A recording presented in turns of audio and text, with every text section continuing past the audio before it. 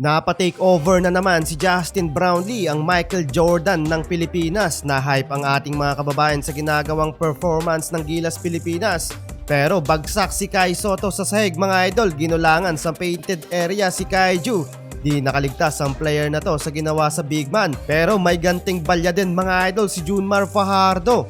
Second match ng Gilas Pilipinas kontra naman mga idol sa national basketball team ng bansang Georgia. Labang tayo dito mga idol dahil kailangan lang nating manalo sa laban na ito para makapag-advance sa semis. Samantalang kailangan matalo tayo ng Georgia with up by 19 points or more. Opening ng frame mga idol, unang punto sana para sa Gilas Pilipinas. Dalawang free throw nga lang mga idol ang nagmintes mula kay The Kraken.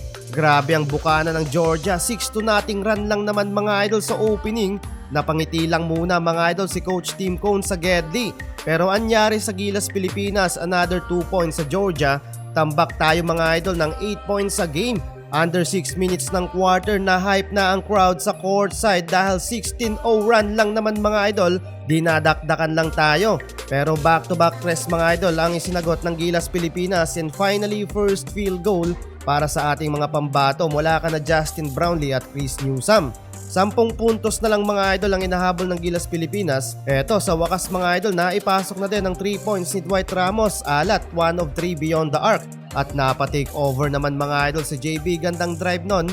Binali pa ni Kabayan, sabi ng commentator, JB ang Michael Jordan ng Pilipinas. Solid start para sa Georgia with 11 points lead sa first quarter, 17-28.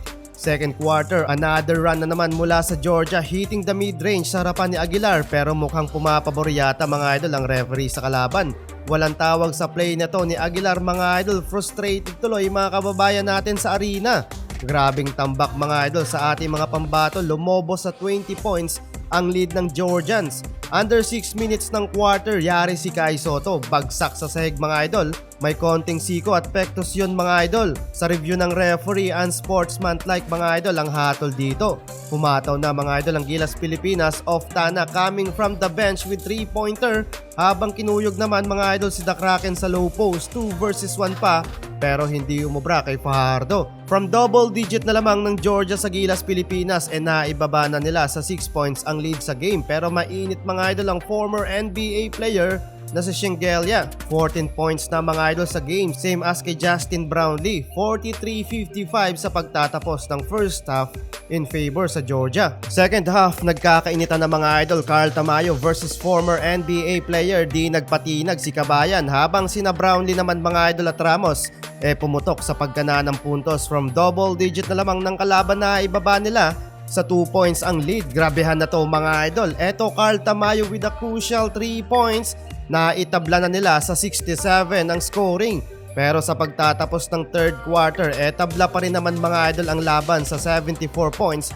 Pero comeback to mga idol kung sakali para sa Gilas Pilipinas. 26 points na so far para kay JB. Halfway ng fourth quarter, lamang mga idol ng 4 points ang Georgia sa Pilipinas. Yun nga lang, nagkasunod-sunod ang run ng kalaban. Pero eto, may sagot ding 3 points si Predator para maibalik sa 4 points ang inahabol ng Pilipinas sa game. Pero sa dulo mga idol, talo man ang Gilas Pilipinas with 94-96 nabigyan naman natin sila ng magandang laban. Muntik pang ang makambak. Kinabahan pa mga idol ang Georgia.